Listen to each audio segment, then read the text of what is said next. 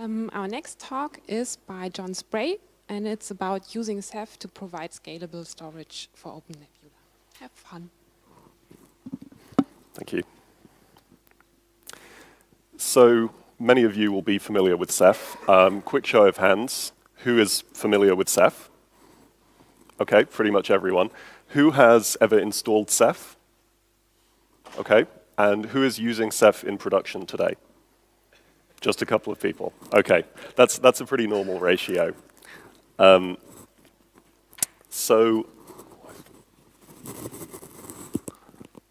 got that back on. So I'll briefly introduce what Ceph is for those who haven't come across it at all. I'll go into some detail about the Ceph architecture so that those of you who are familiar with Ceph can get a better idea of how it works internally. I'll talk about how you can use Ceph with OpenNebula, and then I'll give a little update on what's been happening with Ceph recently and what's new. So Ceph is a highly available, resilient, distributed object store.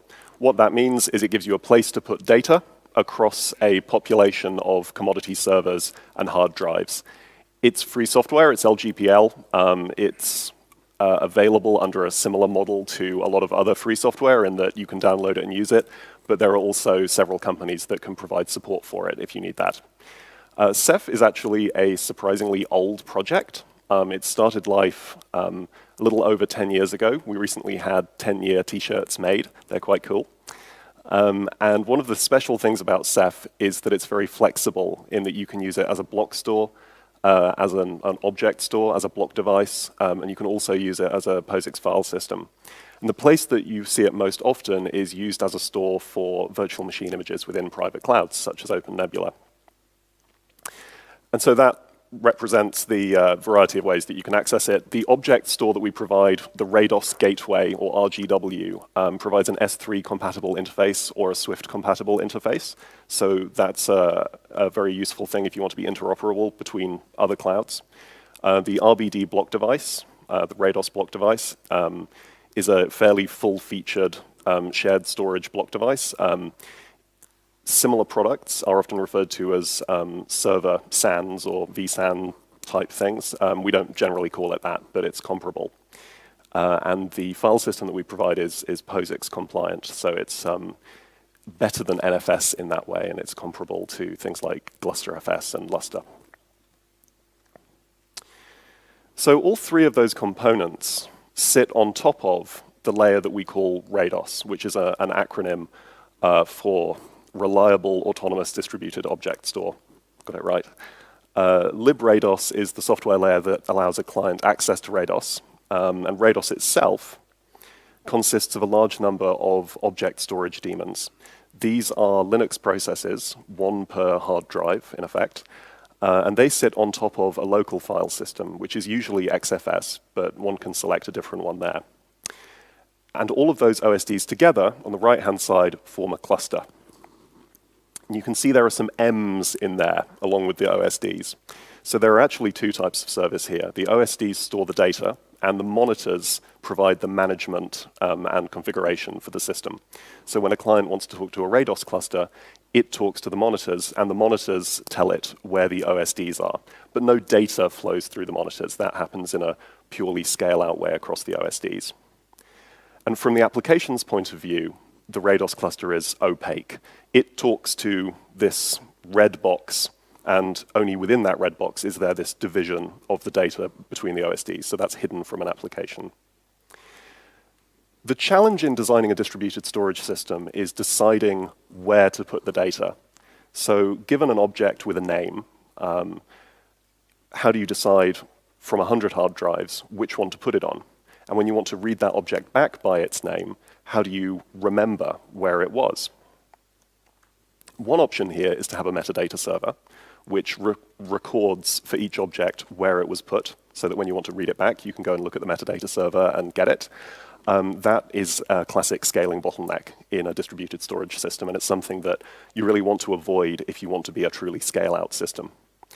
Calculated placement works a lot better, so you can do something like calculating the hash of an object's name, and using that hash modulo your number of OSDs, work out where to get it. And you can do that repeatedly so that you can go and read it back from the same place you wrote it. The trouble with that is if I was dividing up my object space and putting A to G in this particular place at the top, what would I do if one of these OSDs in the top area became unavailable? How would I make a decision about where else I could put it? So we need something a little bit better than that, and this is an algorithm called crush. With the crush algorithm, we split up our data into uniquely named objects, where each of these colors is a different object. And we scatter them across the OSDs. And I'm not going to explain exactly how crush works, because it's a somewhat complex algorithm, but take my word for it, it works very well. And it also gives us multiple locations for each object so that we can do replication. You'll notice that, for example, the yellow block there is present both at the top right and at the bottom right. And so that gives us the ability to do our resilience in our storage so that if we lose an OSD, we're still okay. And importantly, this is actually a fairly quick calculation computationally, which means we can do it every time we read an object and every time we write an object. So we don't have to remember anything at all. We just need the name of an object, and that allows us to go get it. It has some other nice properties, such as efficient rebalancing of data when something is lost.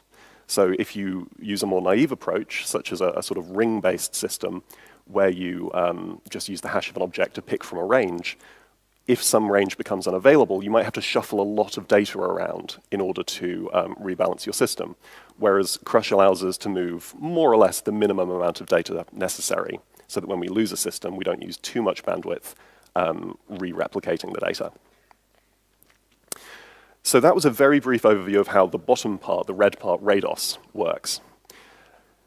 The part that we're most interested in for OpenNebula, of the three across the top, is RBD, the block device. So let's go into that in a little bit more detail. RBD allows us to take an arbitrarily large virtual drive and map each location in that disk image to objects within the underlying Rados store. So we essentially take the offset within the image, find which 4 megabyte, that's customizable, but 4 megabyte by default, chunk it's in, and that chunk corresponds to a Rados object that we can go and get and store from the backing store. Having a shared storage system like RBD allows you to decouple your VMs from the host they're running on. So wherever the VM is running, it can go and get its disk image from the Ceph cluster. And that means that you can readily do things like live migration. The underlying object store provides the ability to do thin copies of objects. So it allows you to do very efficient clones and snapshots, and RBD exploits that. So when you do a clone of a disk image within RBD, what's actually happening is it's not having to do a whole lot of data movement or copying. It is just going to create a thin clone, and every time you touch an object within that to do a write, at that point you'll get a copy on write style behavior. The RBD client is available in several forms. So there's a user space library called librd, and that's what's used in a QEMU KVM environment to access disk images. So that requires your hypervisor to be aware of librd in order to use that. There's also a kernel module available that presents an RBD device within /dev. So code can be completely unaware that it's talking to an RBD device. It thinks it's just a normal disk.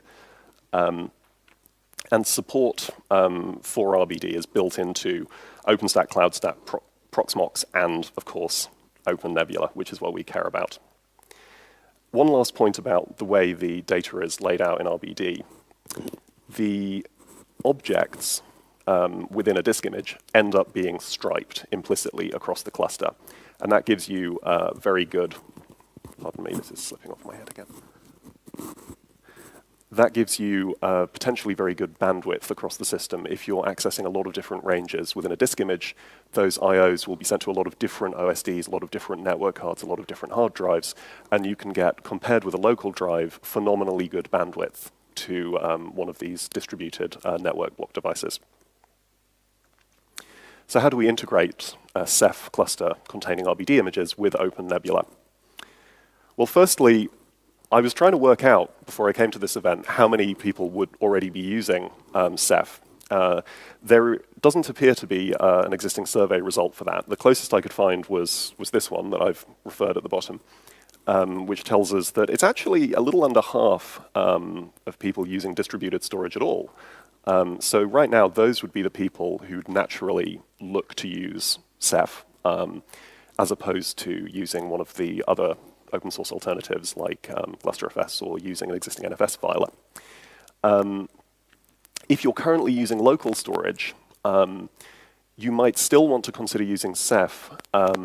Even if your disk images are ephemeral, you might look to get performance gains from having a high-performance distributed block device, and you might not.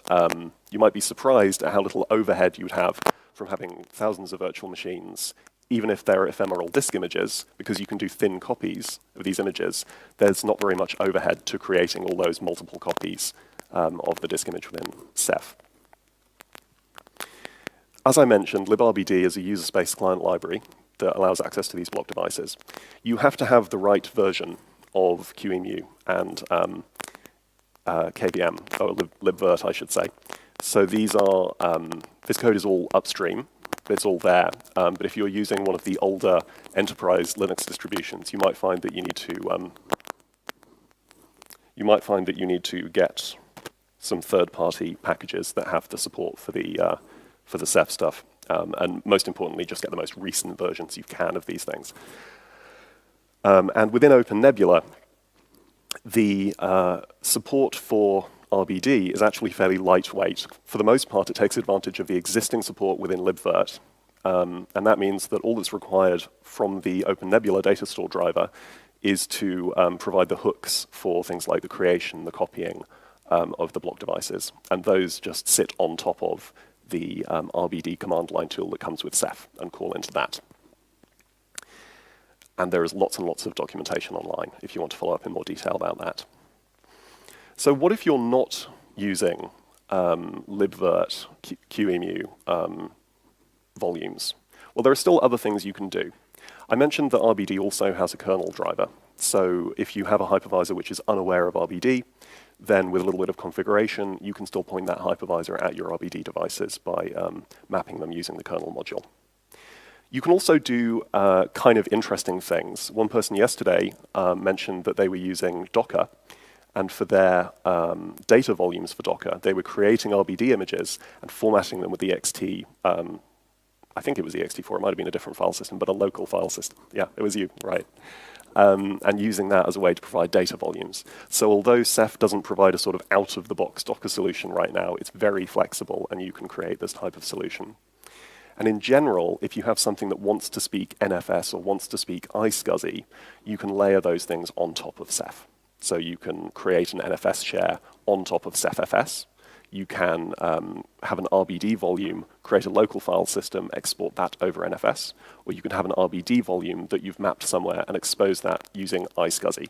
So there are lots and lots of different ways of doing this, although for the best sort of performance and robustness in private clouds right now, it is recommended to use the libvirt QEMU type solution unless you have a strong reason not to.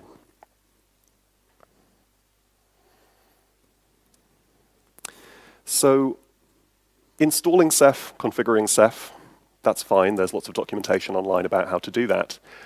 But before you design a solution for your OpenNebula cloud that uses Ceph, you need to think about how many servers are you going to have, how many disks, what network, that kind of thing.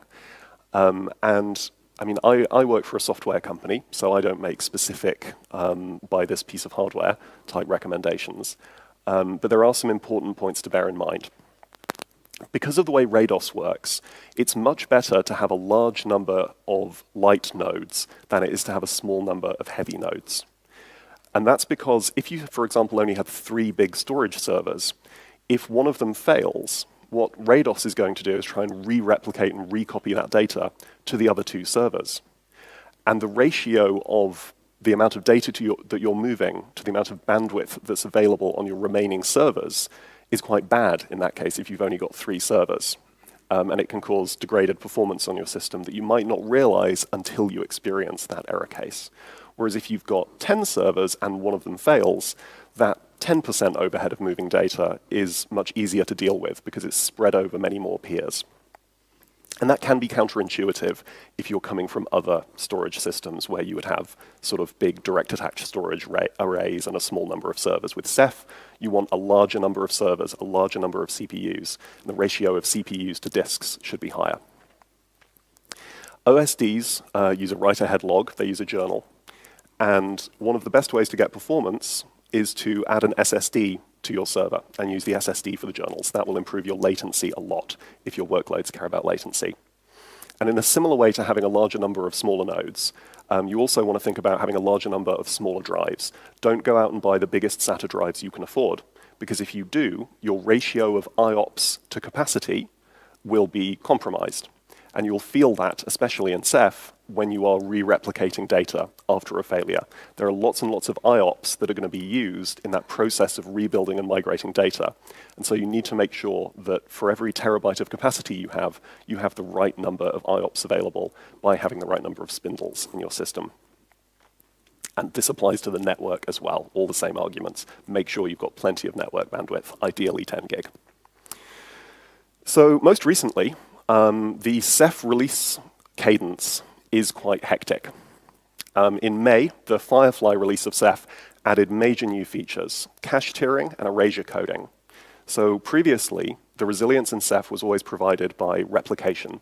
Since Firefly, you've had the option of using erasure coding, which is a fancy name for what we would do in, for example, a RAID 5 array. So rather than having 2 or 3 copies of the data, we break the data up and encode it so that we have parity chunks to go with it. And that allows you to get much more efficient use of your underlying disks at the cost of some performance, because modifying an object within an erasure-coded pool is much more expensive when we have to read it back, modify it, and re-encode it. So that works well if you have a lot of cold data, but you don't necessarily want to use that for your hot or even your warm data. It's a trade-off. I mentioned that you can customize which on-disk backend you're using. Since Firefly, it's been possible to also use not just a local file system like XFS or ButterFS, but to use key-value stores like LevelDB and RocksDB. And that's something that not many people are doing that in production yet, but for a performance gain, it's a very interesting area, especially since some of these key-value stores are being optimized for emerging flash technologies. So if you're doing interesting stuff on SSDs, the ability to use a key-value store rather than a file system can be quite advantageous. Firefly also added the ability to manually specify among a number of copies of data which OSD should be considered the primary for reads. That means that, for example, if you have 2 storage racks and your VMs are all in closer network proximity to one rack, you can tell Ceph, I want to use the OSDs in this rack as the primaries, and all the VMs would send their reads there, and the other rack could just be used for the other copy. And that's purely a performance optimization, and the topology of your network will tell you whether that's actually useful or not, but it gives you more options. In October, the Giant release came out, and that was more of an incremental improvement. There was lots of stability, lots of performance work went into that. One notable thing for RBD is that we enabled the client-side in-memory cache by default. So RBD will now provide a write-back cache in RAM. That isn't safe to do for all virtualization technologies. It requires that the hypervisor sends flush operations so that we know when to clear the cache. So what happens is that RBD starts up by default in a write-through mode without that caching. And the moment it sees a flush from the hypervisor, it goes, right, this hypervisor supports flush, and it will automatically switch into a write-back caching mode to give you better performance. The next major release of Ceph will be Hammer. That will be coming out sometime in the spring. And I'm deliberately not making any specific commitments about what will be in that, but you can see our development plans online. All of that planning happens in the open. And look for more development on the Ceph file system in Hammer. That's something that we're working on a lot at the moment, and the file system is what I personally work on, even though it's not really what I'm here to talk about, so I'm quite looking forward to the Hammer release. I mentioned the file system. There are other extra bits of Ceph outside the Rados RBD path. So Calamari is a graphical user interface for Ceph. It provides a fairly simple dashboard user interface that will tell you about errors and give you little graphs of performance and what you would expect from a dashboard. Ceph Deploy is an SSH-based deployment tool, which makes it very easy to run a couple of commands to say, I want an OSD here, I want a mon there. And there are also Puppet and Chef modules available for Ceph, so you can use the configuration management tools of your choice and slot Ceph into that. I always like to end these presentations by encouraging people to get involved. If you're not already evaluating Ceph for your cloud, then why? It's free. Download it. There are mailing lists, there are IRC channels, which all of the developers are hanging out on all the time. So come and talk to us. Please report bugs when you find bugs. When you find an issue, we want to know. We want to fix it. And if you want to get even more involved in the ongoing development of Ceph and getting the features that you want into Ceph, then our periodic planning meetings, our developer summits, they happen online. They are open to the community. So you can join those, you can bring ideas, blueprints, and participate in that planning and prioritization process for Ceph. Thanks very much.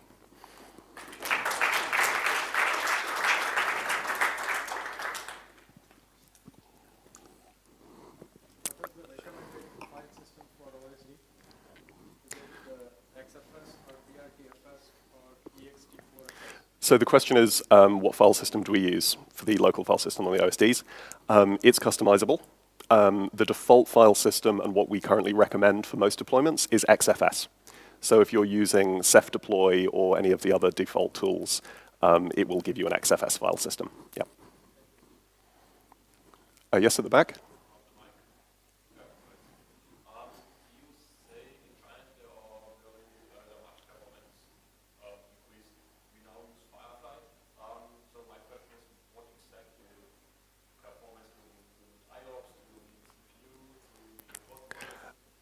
I mean throughout the stack. So Firefly was a major feature release. And so the priority for Firefly was to get the new features in and get them stable. And there are lots and lots of places just in the, not so much in the design, but in the implementation of the code where there's room for improvement. So for example, one thing I personally worked on during the Giant cycle was changing how the threading works in the client for Rados. So there are parts of it that were single-threaded in Firefly and have become multi-threaded in Giant. It's many, many small things like that.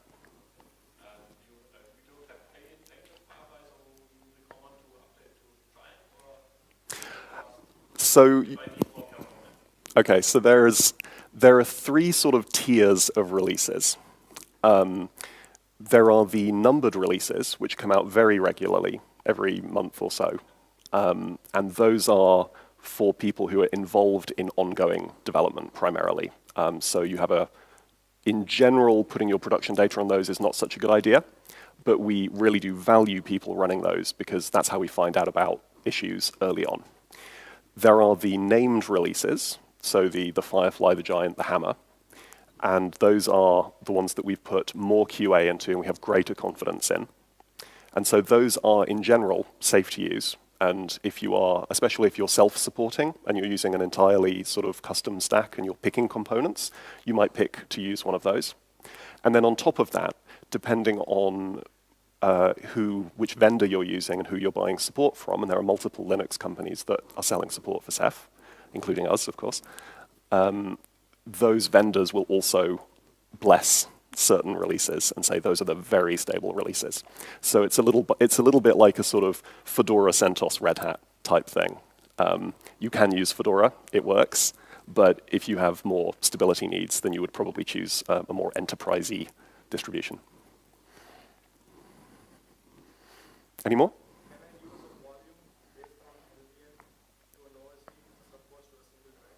Is that a limitation? Is that a restriction that I need to use a single drive for OSD? So it's inconvenient to use LVM at the moment because of the way, just the implementation of the OSD code. We actually use partition IDs as a way of identifying OSDs so that the system can automatically mount what is there when it comes up. But there's nothing fundamental stopping you using LVM, but you you will find most of the tools by default don't like you using LVM. Some of the magic doesn't work if you're using LVM. You would also need a good reason to use it. So sometimes people want to aggregate a number of hard drives into one with LVM and use that as an OSD. In general, that's not a good idea because what you want to do is let Ceph manage the failure domains within the system. So if you take 10 drives and make them into one LVM volume, if one of those drives fails, you're losing an OSD. It's better to have 10 OSDs so that Ceph can dynamically move around the data in the way that it knows how to do. Yes?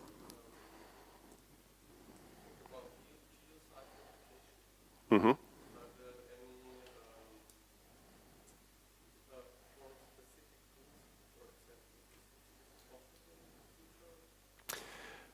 So currently, the situation for georeplication is, it varies depending on which interface to Ceph you're using. So the most mature thing that exists at the moment is the RGW georeplication, which is the S3 compatible interface. There is, I'm not sure exactly what the status is of the work in that direction on RBD, but it's something that we're sort of pushing on at the interface layer rather than within Rados itself.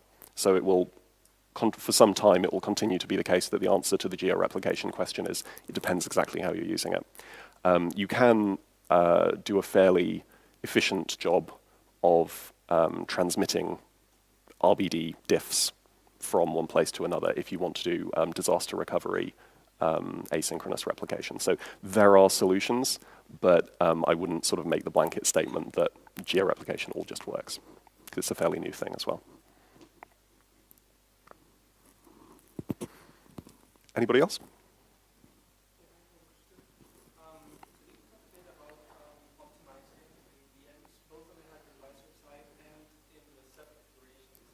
Mm-hmm.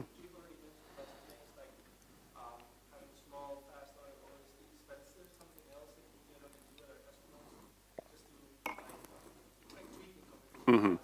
Yes. Yeah. So the question is, what else can you do to get better performance? And it's often the case that depending on the exact hardware that's in use in a Rados cluster, you can get better performance by modifying certain queue lengths, thread counts, journal sizes, that kind of thing. Obviously, if there was a better one-size-fits-all number for these settings, we would want to make it the default. The reason we don't publish a lot of guidance on that is just because it's so hardware dependent, what will give you the best performance. People will often find that they need to increase the default size of the OSD journals to make the most of the performance available on their systems. And you also have a lot of interesting choices about how you will break up your OSD data versus journal parts. So whether you want to use your SSDs as OSDs themselves, or whether you want to use them as journals for your spinning disk OSDs, that kind of thing. And again, it's very hardware dependent, requires benchmarking.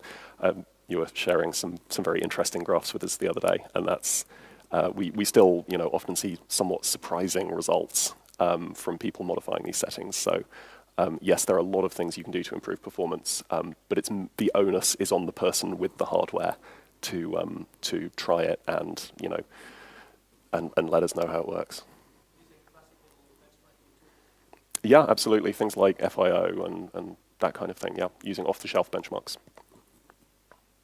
And there are also a couple of benchmarks built into Ceph. So there is a Rados client benchmark, which you just run by typing Rados bench on a client, and that will allow you to test across your population of OSDs, how much bandwidth you're getting, and so on. There is also a benchmark function built into the OSDs, so you can remotely say to an OSD, please benchmark your local device. But what we all care about is the real-world performance that your applications will get. So using off-the-shelf benchmarks on the client side is always the sort of final answer to whether it's as fast as you want it to be. Yes? Thanks for the presentation and congrats for the product. And if you're considering to buy a new hardware, like maybe some of the people here are thinking about test with an initial hardware configuration, what's about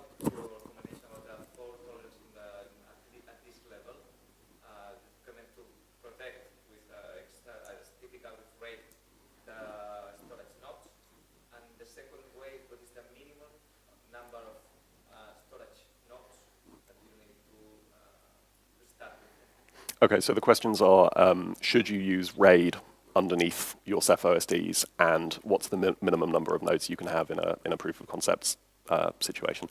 So should you use RAID? Almost always no. Much as with aggregating drives with LVM, it's something where you want to leave that to Ceph, to let Ceph do its job, and present Ceph with the most fine-grained view of your system possible to get efficient re-replication and data movement when things fail. Obviously, the motivation people have for using RAID is usually that they don't want to pay the full replication cost of something like three-way replication. So you will have people doing two-way replication cluster-wide and then having RAID 5 volumes or something like that. There's nothing stopping you doing that, but we're not finding that most people end up sticking with that configuration. And going forward, we're going to see more around the erasure coding within Ceph. So in the long run, that sort of problem should go away. But again, try it, benchmark it, especially if you have systems that just came with RAID controllers, so you're effectively not paying for the RAID controllers, then that changes the calculus of it. Whereas if somebody was starting from scratch, and we would, I think, almost never say, go and spend $1,000 per machine on a RAID controller, because that wouldn't be good use of money. So the second question is, how small can you go? You can run a Ceph cluster on one machine, if you want to. That's what we do for software development. In practice, the smallest clusters you see are usually something like 3 mons servers, and sometimes people will go as low as having like 3 OSDs, but for something that's going to sort of faithfully represent the way a real system at scale would work, I would look to be more in the 10 range. So if you're doing proof of concepts, rather than buying a small number of new systems, sometimes it's even better to take some sort of 3-year-old hardware, if you've got more of it. So maybe they're kind of crappy servers, but you've got 20 of them. And that could be a more faithful proof of concept type thing, as long as you can put decent drives in the older machines. Yes?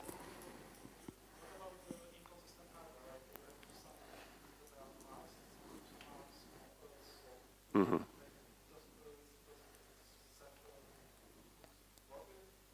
So the question is, what if my machines are inconsistent, some are fast and some are slow? By default, Ceph will change the balance of the data depending on the size of the OSDs. So if you have some smaller OSDs, it will automatically put less data on them. You can also change those weights by hand. So you can decrease the weights on some worse hardware. But obviously that will also mean less data is sent to them, less data is stored on them. You might get less utilization out of the drives. So in general, the simplest thing is to make sure that if you've got some slower machines, have smaller drives in the slower machines as well. Or change the ratio of OSDs to server for the ones that have the weaker CPUs. So yes, you can do it, but as I think you're probably imagining, you have to think a little bit about it to avoid imbalance there.